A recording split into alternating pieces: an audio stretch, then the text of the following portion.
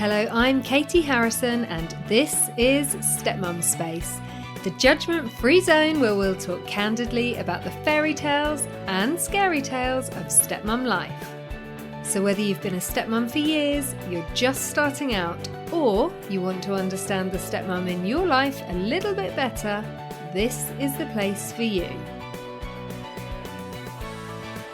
My guest today, Annabelle, is a stepmum to a 15-year-old boy.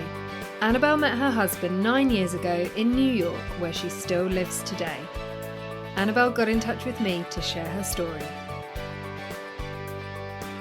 Annabelle, thanks for joining us. Oh, of course, thanks for having me. So tell us a bit about how you met your husband.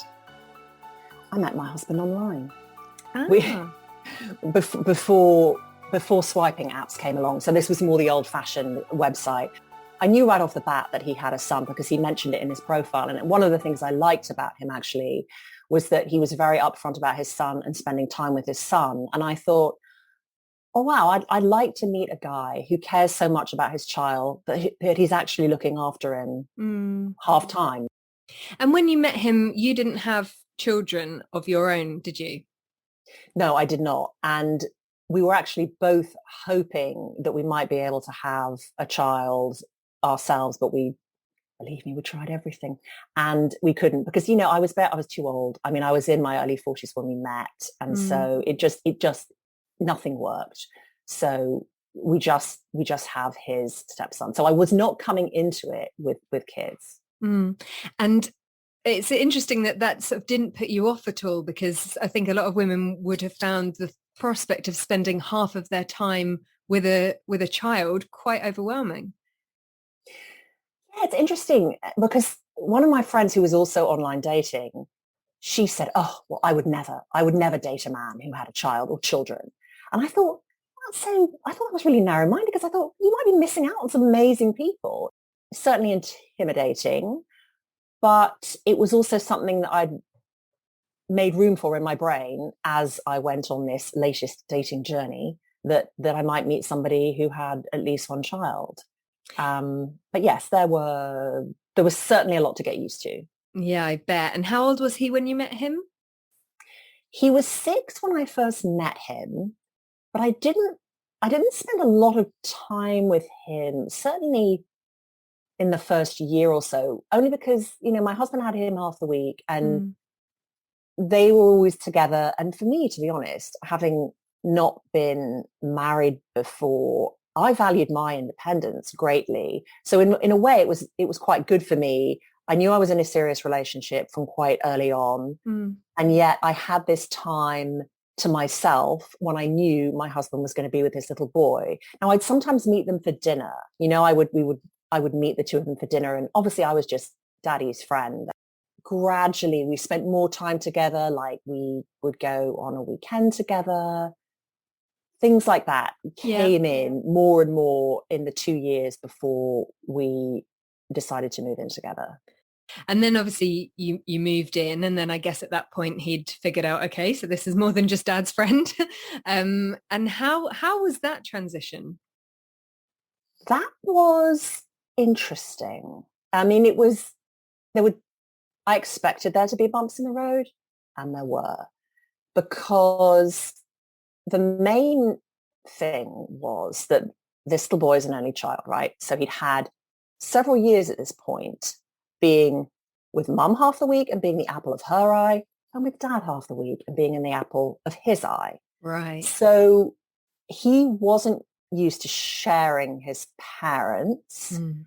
And even though he'd been with me and we'd spent time together, it was still I was always going. Yeah. Right? Yeah. So the idea that we were all living together in the same place was definitely an adjustment. I coped with it by telling myself, don't expect things to be easy, because they're not going to be easy all the time. And I think I had, if I recall, bought a book before we moved in. I can't remember the exact timing now, but I'm that sort of person who I want to do my research and I want to be prepared. Yeah, and you hear that a So, lot with stepmoms. You do hear it a lot with the women I talk to, that they'll go and they'll do all their homework and really, really kind of garner all the research and the evidence and try to do the best job that they can. I hear it way more with the stepmoms I meet than the biological mothers I meet. We're much more comfortable biologically, I think, just going with our instinct. But, I don't know if it's a permission thing that we don't feel we can do that as stepmothers, or that we actively seek out guides more. It's quite interesting.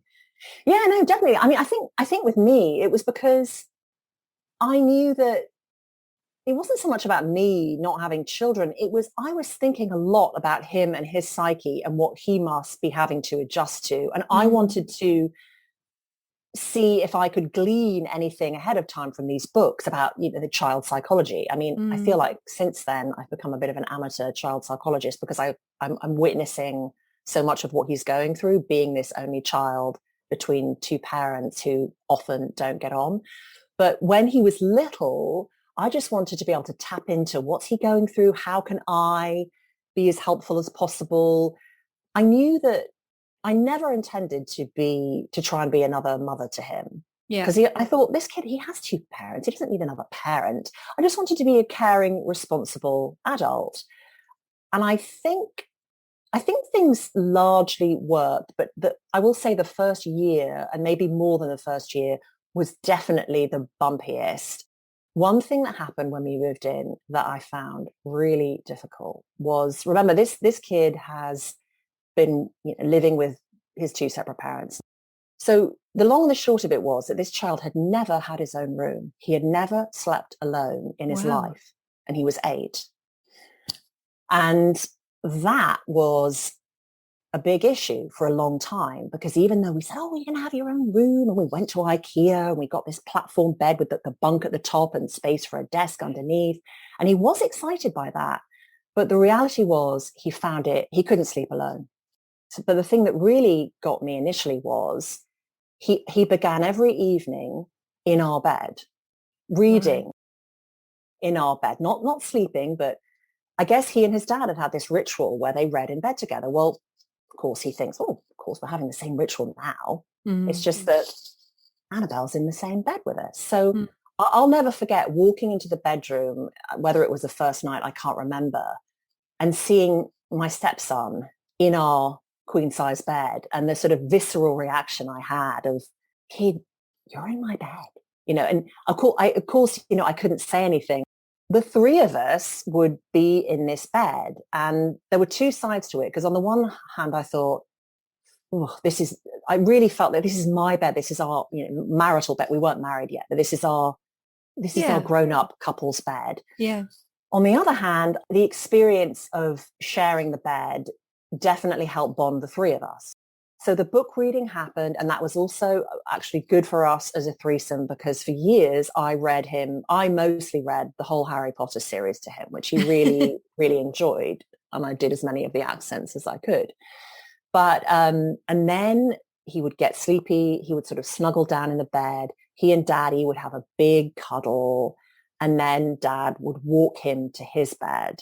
And for the first year of our living there, Dad would have to sit on a beanbag in his room while his son gradually dropped off, because he couldn't go to sleep on his own. It was too I guess, much. Scary. He wasn't used to being alone. So so it took him about a year to transition to be able to sleeping in a room on his own without having an adult sit in there. And I would do it if my husband was working late, which he sometimes did. But the main thing was that the bedtime ritual of being in our bed only ended when he was in his early teens. Really? Gosh. And I found that quite difficult. But when I raised it with my husband, he sort of said, oh, yeah. But for my husband, it was a really special time when he got to be close to his baby, cuddle him in a way that increasingly he didn't want to be cuddled normally. Yeah.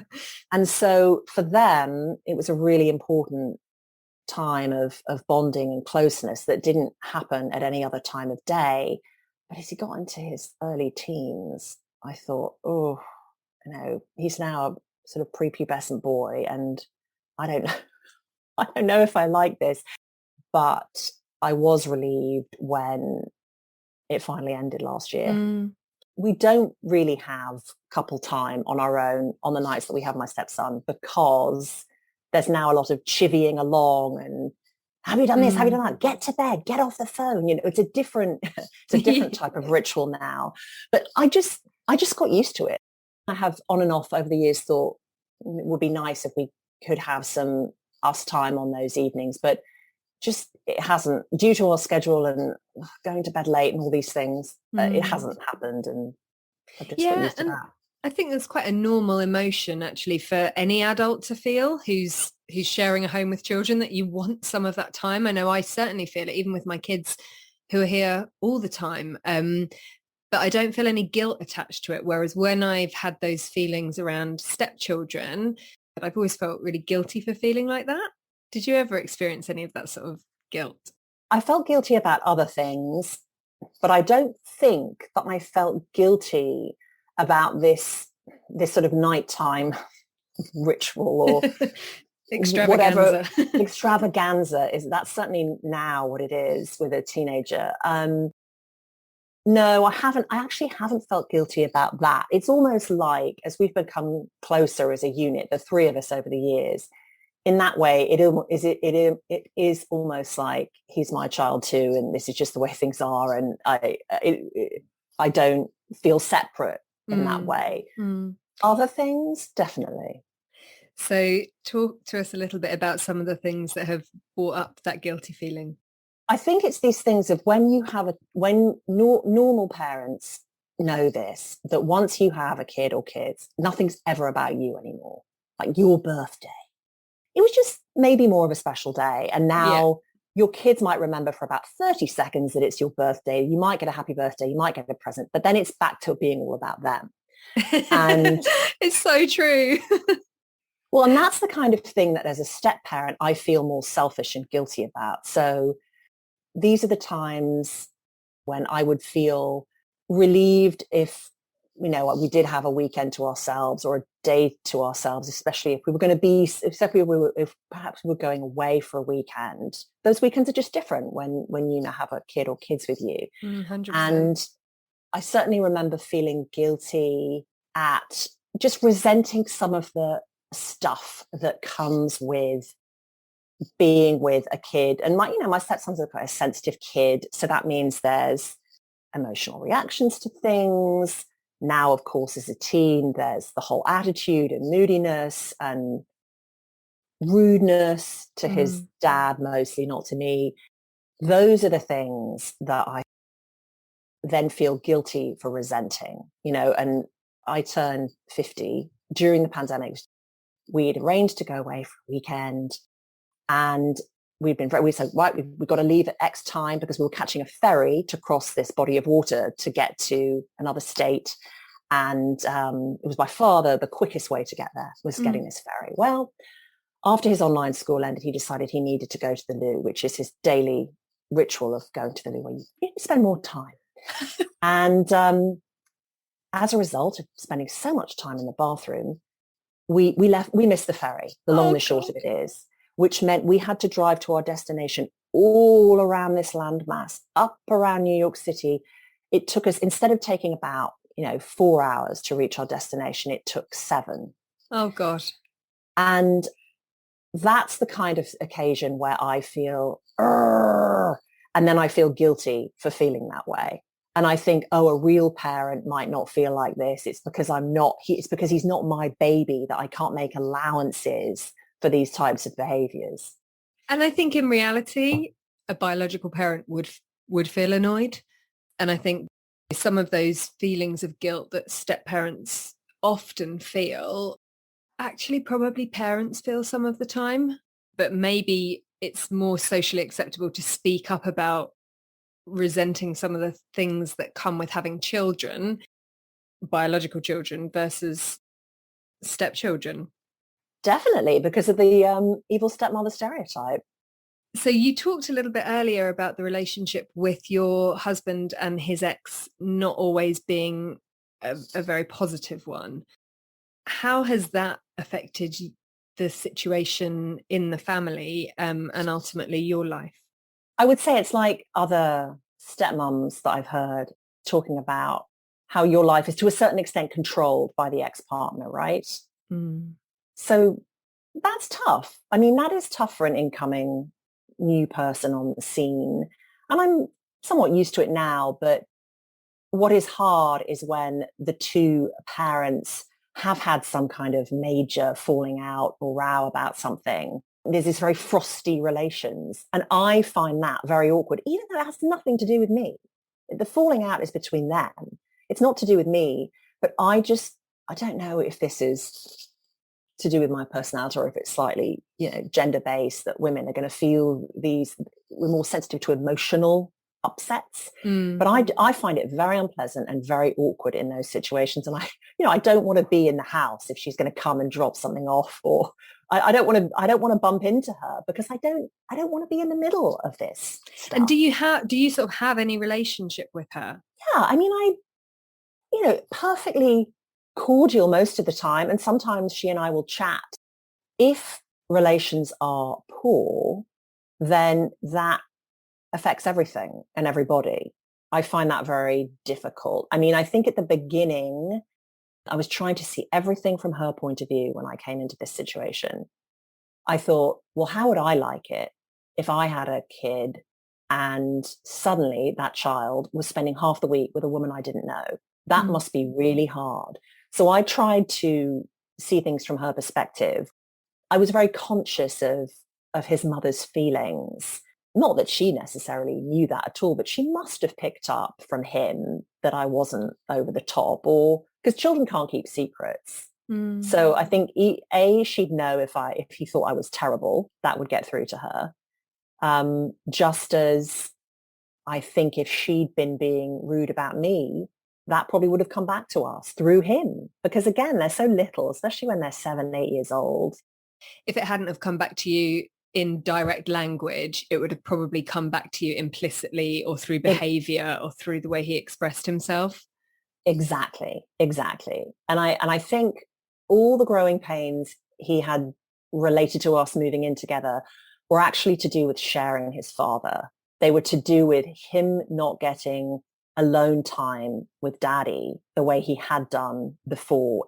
And I think that the growing pains that we had in that first year and the passive aggressive behavior that would sometimes manifest was to do with, you're here in my space, taking up time that I would have with my dad, although he couldn't possibly articulate that. But it came in things like, what happened to our sofa we had before? I don't like your sofa.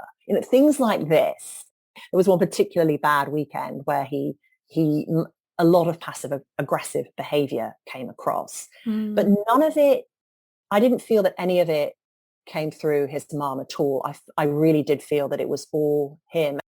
After that weekend, his mom then contacted my husband and said, our son is upset because he's not getting enough time with you. And I think she may even have said, he likes Annabelle, but he wants to spend some time alone with you.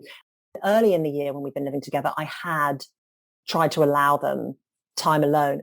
But my husband was actually very keen for us to bond as a threesome.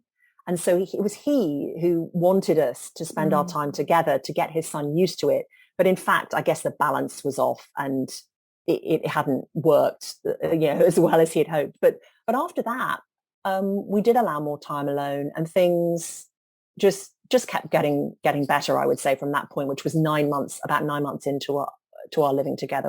It's very good to hear of, in that example anyway, the parents being able to communicate. It was really interesting hearing you talk about the furniture. It brought back some memories that I think I'd shut away into a tiny little box about my own life, with various pieces of furniture becoming, I think, quite symbolic to the children of a life before.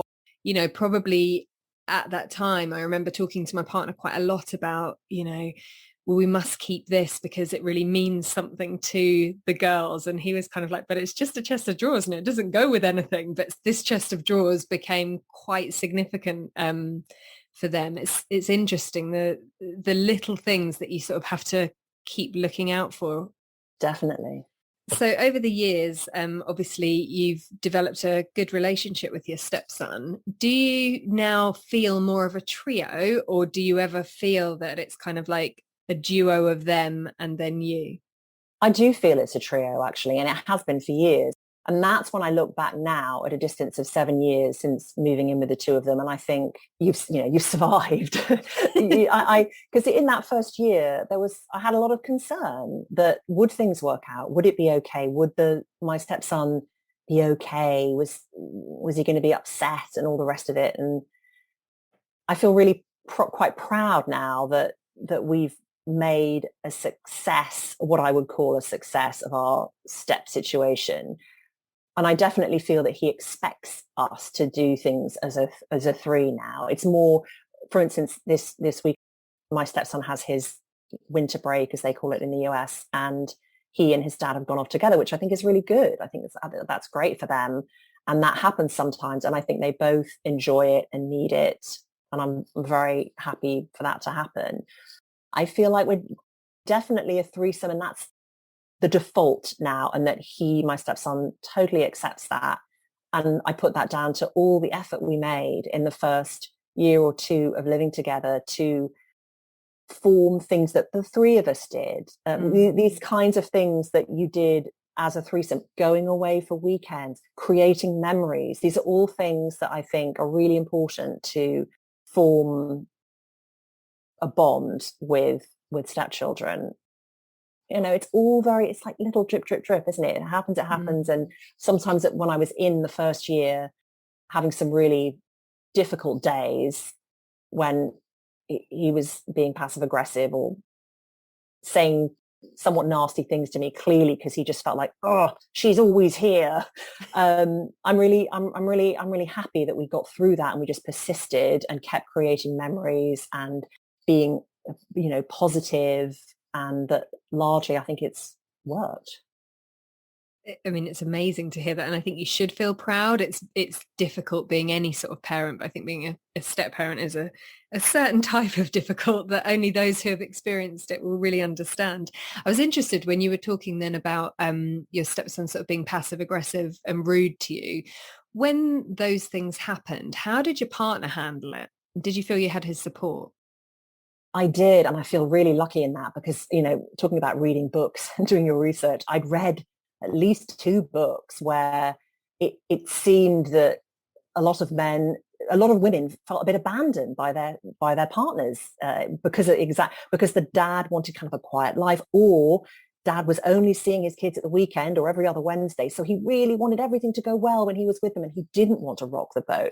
I feel very lucky that right from the get-go, my husband defended me and stepped in. And I think that was also very helpful in establishing the adults are at the top here. When you get into a step situation, every party has to be generous. The parent has to be generous and open. The kid or kids have to be, and the step parent has to be. Everyone has to give every other party a little bit of leeway because this is a tricky situation. And I think that's largely what we did. But I also think that establishing that the kid doesn't rule, right, that there are still some norms for behavior is really important. Back to my husband, if like there was this one time where my stepson was gesticulating. We were at a meal and he was waving a fork, and the fork was really close to my eye. And I just said, I think we just moved in together. And I just said, oh, don't do that. And he went, you can't tell me what to do. You're not my parent. And that my husband and I looked at each other and we both thought, well, that must come straight from his mother, because an 8-year-old isn't going to come up with that on his own. Yeah. And my husband explained to him, he said, no, Annabelle can say da da da because she's an adult. And I really was grateful that he laid it out like that. And there were many occasions like that where he would just calmly say, no, you don't say that. That's not very nice.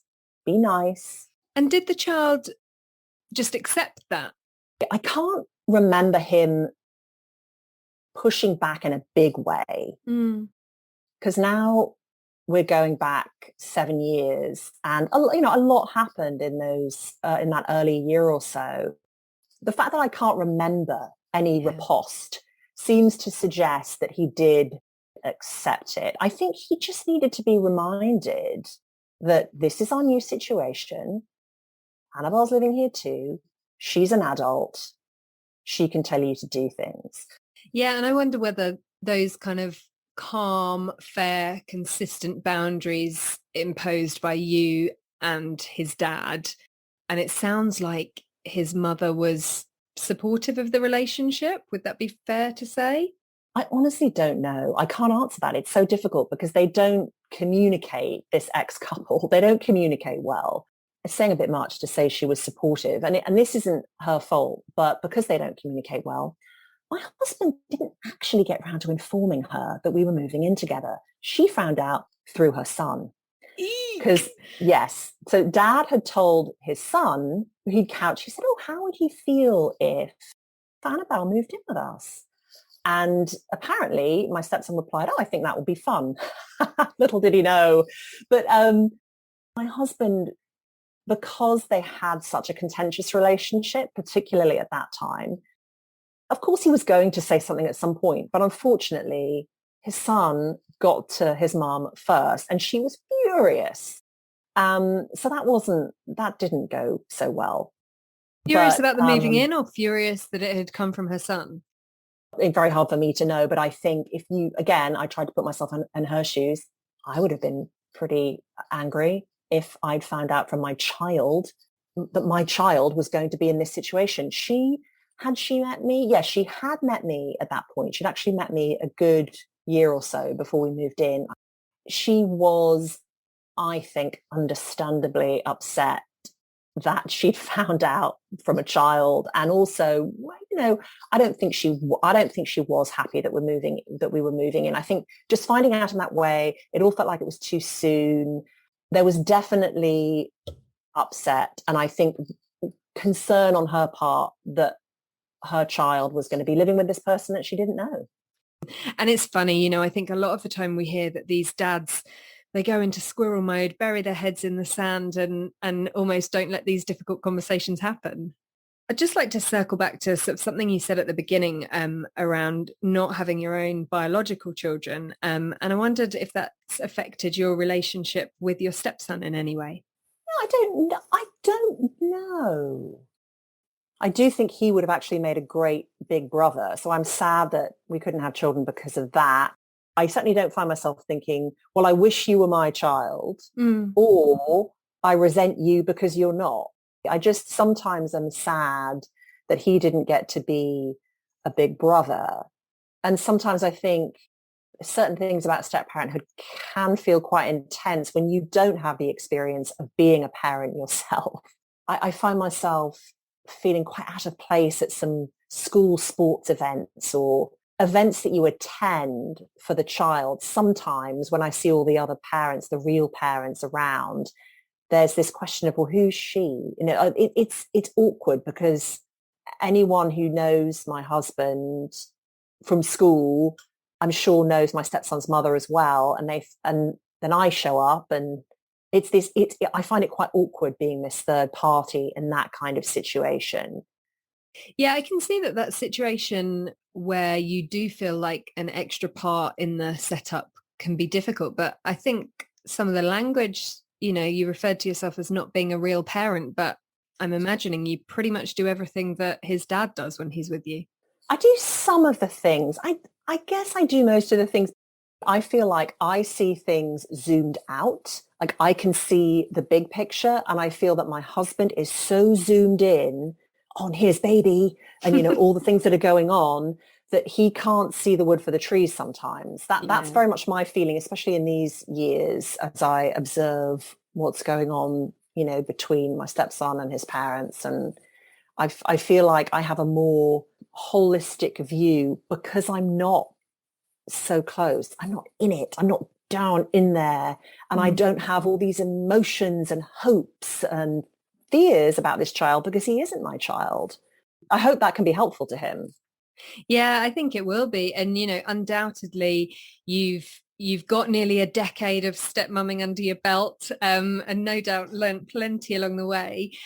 We get a lot of messages on the show from women in the early years finding it excruciatingly difficult and wondering whether they can sort of continue in the relationship, and wondering if they can live the rest of their life like this. So I'm interested to know, what do you wish you'd known at the beginning? There really isn't one thing, because I'm such a pragmatist, as I said. I tend to go into things instead of, the optimist in my life. I'm like, oh, it'll all be okay. Everything's going to work out. I always go in thinking, well, this might go wrong. This might go wrong. So actually, I was supremely well prepared for things not to be perfect. I don't know that there is one thing that I wish I had known at the beginning. I feel like I went in with my eyes open and, I got splattered by some of the things that I thought would splatter me. That probably is the advice, go in with your eyes open. Don't idealize everything. You're madly in love with this man, but that doesn't mean that you're going to be madly in love with the children, or that they're going to be madly in love with you. Exactly. That's a really good point. I went in with exactly that attitude, thinking, why should he like me? He didn't ask for me in his life. That's what you have to remember as the step parent. These kids don't ask for you to come into their lives. So if they're difficult, then, well, that's why, because they had a perfectly decent life before you came along. I just think you have to try as much as you can, try and see it from their perspective. And some of these divorce is incredibly hard on the children. They will go through a lot. Even if you have a friendly divorce, they still are torn between these two people. And that is incredibly hard. And it has a long lasting effect on their lives. Yeah, I think a lot of the time we do think about things from the child's perspective, but maybe we don't peel back the layers of that onion on their perspective on life and what it really feels like. So thank you so much for joining me today, Annabelle. It's been so good to speak to you. And I think something which you said, which has really stuck with me, is about, in these situations of step parenting, every party has to be generous. We don't have control over some of the characters in our step family life, but we always have control over ourselves. So as much as we can try and be generous with our own feelings towards everybody, I think that's easier said than done sometimes, but a really, really, really helpful bit of advice. So thank you so much. No, it was really fun, cathartic to talk to you. It's good to share, and I think it's good for people listening to, know that they're not the only people who feel like this, and they're not the wicked stepmother. Exactly. Well, that's it for this episode. I really hope you enjoyed hearing from Annabelle. I certainly got a lot from her honesty and pragmatic approach, so I hope there was something in that conversation which you can take away. If you've got a story you'd like to share, please do get in touch. You can find me on all the socials at stepmumspace or at stepmumspace.com. Now, before you go, I want to share some really exciting news quickly.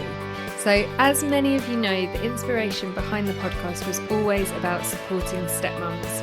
I love hearing how much it's helping listeners, but I can't help feeling that we're all a bit disconnected listening to it wherever we are in our lives, and we could do with a little bit more face-to-face support. So, very excitingly, I've been working with a brilliant coach who specialises in working with underrepresented groups, much like ourselves.